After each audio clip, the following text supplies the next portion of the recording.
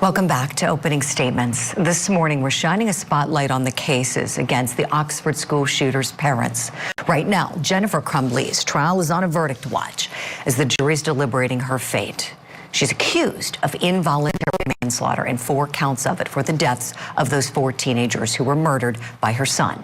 Next, it'll be James Crumbley's turn to face a jury on the same exact charges. The state of Michigan believes that both of them ignored their son's cries for help and drove him to commit this the cries for help rather, that drove him to commit this mass shooting. Charging the parents of a shooter is rare, and frankly, it should be. It should be reserved for an egregious set of circumstances. The intentional act was foreseeable. This is a case where months before the shooting, these parents knew he had reported hallucinations. They knew he had asked to go to the doctor, and they did nothing.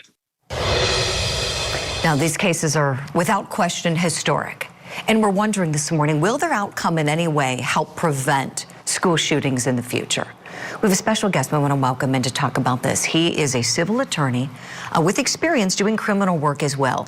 He represented many of the families of the Parkland school shooting victims in Florida. Attorney Michael Haggard is on the program with us. Michael, good morning to you. Thank you for coming on today. This case is unprecedented, as we know. And during the trial, we saw the defense team talking about this being dangerous for parents. Let's take a look. This case is a very dangerous one for parents out there. It just is. And it is one of the first of its kind. Luckily, however, this is a case where the prosecution cannot meet its burden of proof. And thankfully, it's a case where truly Mrs. Crumbley does have a defense. Michael, do you agree with what defense counsel's saying there? Well, I think it is a case of first precedent. It's never been charged before. But I think that I think it's important, incredibly important, to really try to extend this. The epidemic of our time is mass shootings, and parents we've seen time and time again, have had knowledge of what their minor children were doing, the dark areas that they're getting into in life. But I do think it's a difficult case. It's going to be very interesting, this outcome. But I think the charge alone sends a message that should be sent. Michael, appreciate it.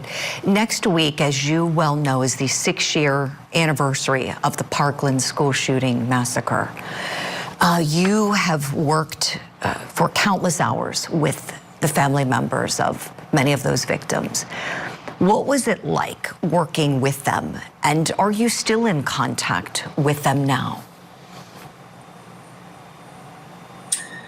Yeah, the families that I represented and that all the attorneys in that case represented are just some of the most incredible people you've ever met. Their strength is beyond what you can comprehend.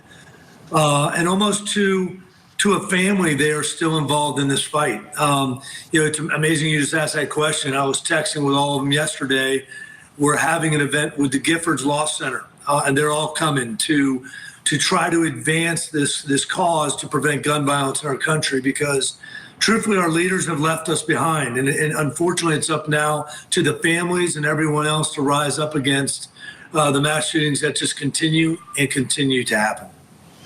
Michael, you're absolutely right. And I had a feeling you may be in touch with some of them, because I know what I felt as someone who was just watching the trial, watching the victim impact statements. I don't think there's ever been a case where I felt so moved, so outraged as somebody just watching along, wanting to see those family members get justice. And so I can see how just inadvertently friendships form through such a tragedy, and good work can be done. I know that you've done lots of advocacy work for victims throughout your career.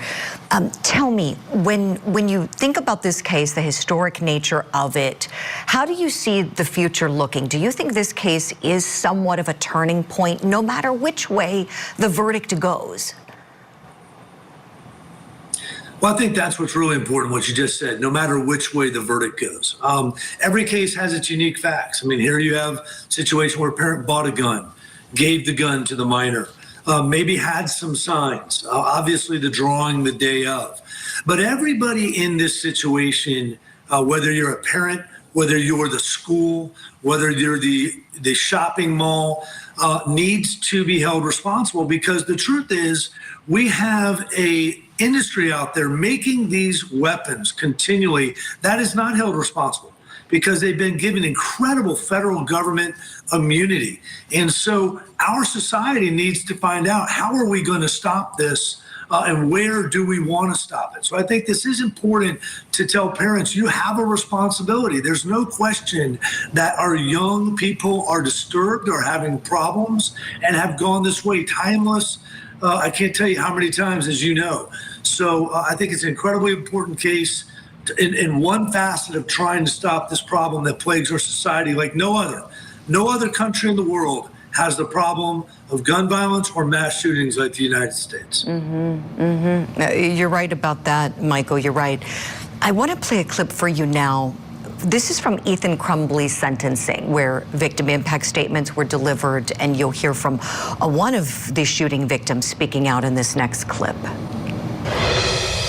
The defendant envisioned, researched, planned in detail, and then proceeded to execute his plot to murder and terrorize his fellow students.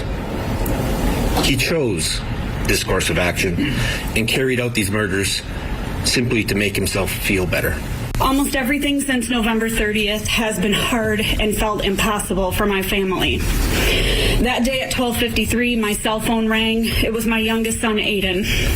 That was a moment I will never forget. He was screaming, "Mom, I've been shot, help me. There's a school shooter."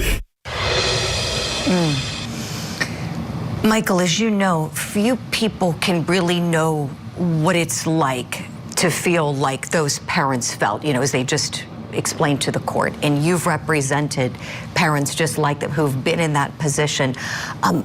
What do you think the biggest maybe misconception is, or the thing that is hardest to understand for somebody who fortunately hasn't been in that position?